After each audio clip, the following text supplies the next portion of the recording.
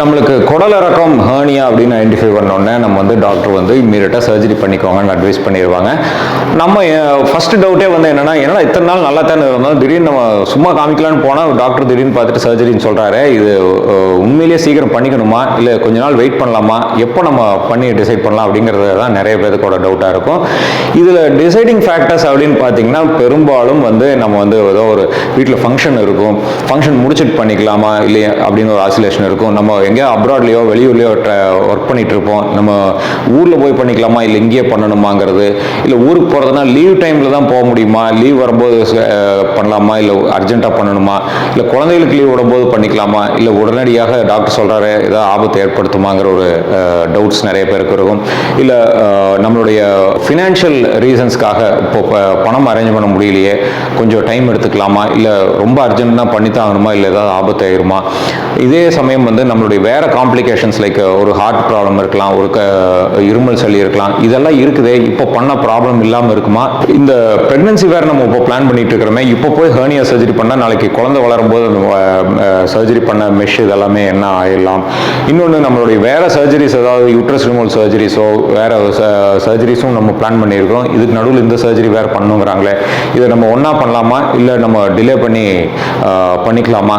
ரெண்டாவது நம்ம சர்ஜரி பண்ணிக்கும் பொழுது நம்மளுடைய கேர் டேக்கர்ஸ் நம்ம கூட வந்து இருந்து யார் நம்ம கூட இருப்பா 1 or 2 days, நம்மளுடைய அன்றாட வேலைகள் வந்து நம்ம ரிகவரி ஆகி குயிக்காக பண்ண முடியுமா இல்லை அந்த ஒரு 10 daysக்கு யாரோ ஒருத்தர் நம்மளுக்கு ஹெல்பர்ஸ் வருவாங்களா, அந்த டைம் வந்து நம்ம உண்மையிலேயே வெயிட் பண்ணலாமா வேண்டாமா அப்படின்னு பல டவுட்டுகள் அடுத்த செகண்டே நம்மளுக்கு வந்து ஆரம்பிச்சிடும் ஹெர்னியாங்கிற ஒரு சர்ஜரி சொன்னோன்னே.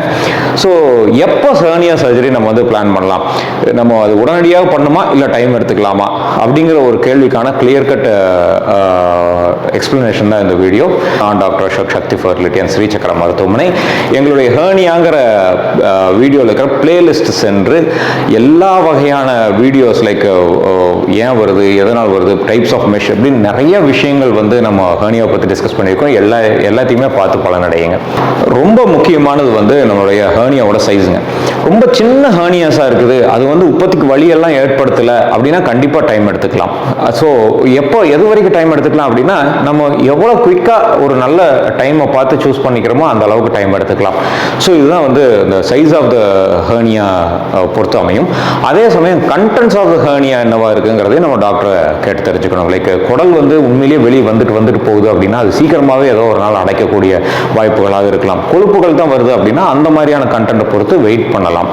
அடுத்து இம்பார்ட்டன்ட் வந்து நம்மளுடைய இருமல் சளி இதெல்லாம் இருக்கிறது. ரொம்ப முக்கிய மோஷன் போயிட்டு இருக்கிறோம், ரொம்ப இருமல் இருக்குது, இந்த மாதிரியான பேஷண்ட்ஸ்க்கு வந்து சீக்கிரமாகவே அந்த ஹெர்னியா வந்து காம்ப்ளிகேஷன் நோக்கி நகர ஆரம்பிச்சிடும். அவங்க வந்து ஏர்லியராக அந்த ட்ரீட்மெண்ட்டை வந்து எடுத்துக்கணும். அதே மாதிரி ஏஜ்டு பீப்புள் ரொம்ப வயதானதுக்கப்புறம் நம்மளுடைய மிச்ச உபாதைகள் வர ஆரம்பிச்சிடும். அதனால வந்து ப்ராஸ்டேட் கிளாண்டு பெருசாகும், ஏஜ் ஃபேக்டர்ஸ் இருக்கிறதுனால ஹார்ட் ப்ராப்ளம், சுகர் ப்ராப்ளம், இந்த மாதிரியான ப்ராப்ளம்ஸ் எல்லாம் வரலாம். அவங்களும் வந்து எவ்வளோ குயிக்காக வந்து ஹெர்னியா சர்ஜரி பிளான் பண்ணிக்கிறாங்களோ அவ்வளோ குயிக்காக அது வந்து நல்லதுங்க. அடுத்தது வந்து ஹெர்னியா ரெடியூசபிலிட்டின்னு சொல்லுவோம். ஆரம்ப காலத்தில் ஹெர்னியா பார்க்கும்போது பார்த்தீங்கன்னா நம்ம நார்மலாக காலையில் பகலில் இருக்கும்பொழுது தான் அது வீக்கமாக தெரியும், போய் படுத்து தூங்கும் பொழுது உள்ளே போயிருதுங்க டாக்டரும்பாங்க. நாளடைவில் அந்த ஹெர்னியா சைஸ் பெருசாகிட்டே வரும். ஒரு கட்டத்தில் வந்து டாக்டர் முந்தியெல்லாம் ஈஸியாக உள்ளே போயிட்டு இருந்தது, இப்போ உள்ளவே போகலை அப்படிங்கிற மாதிரியான ஒரு சூழ்நிலை ஏற்படும். அந்த மாதிரி ரெடியூசபிலிட்டி அப்படிமா ஆங்கிலத்தில். இந்த மாதிரி ரெடியூசபிலிட்டி இருக்கிற ஹெர்னியாஸ் வெயிட் பண்ணலாங்க. சில டைம் உள்ளே போகாத ஒரு சூழ்நிலை இர்ரெடியூசபிள் ஆயிடுச்சு அப்படின்னா அது வந்து இம்மீடியட்டாக பண்ணிக்கொள்ள வேண்டிய ஒரு விஷயம்.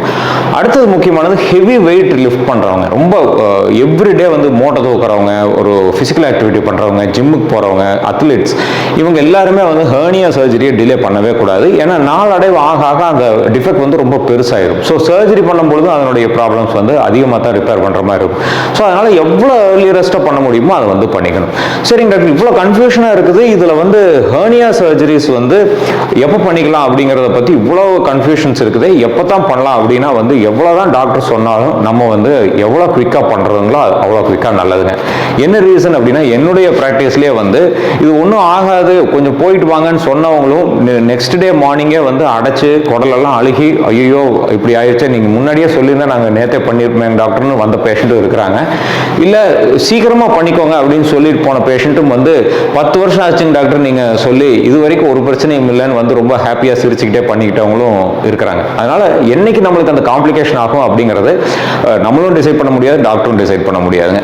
அதனால ஹெர்னியாங்கிறது ஒரு டயக்னோஸ் ஆச்சு அப்படின்னா இம்மீடியட்டாக எவ்வளோ குயிக்காக பண்ணுறோமோ அவ்வளோ குயிக்காக நல்லது. இந்த வீடியோ பதிவு அனைவருக்கும் பயனுள்ளதாக இருக்கும்னு நம்புகிறேன். ஆரோக்கியமான வாழ்க்கை வாழ அன்பு வாழ்த்துக்களுடன் டாக்டர் அசோக். நன்றி, வணக்கம்.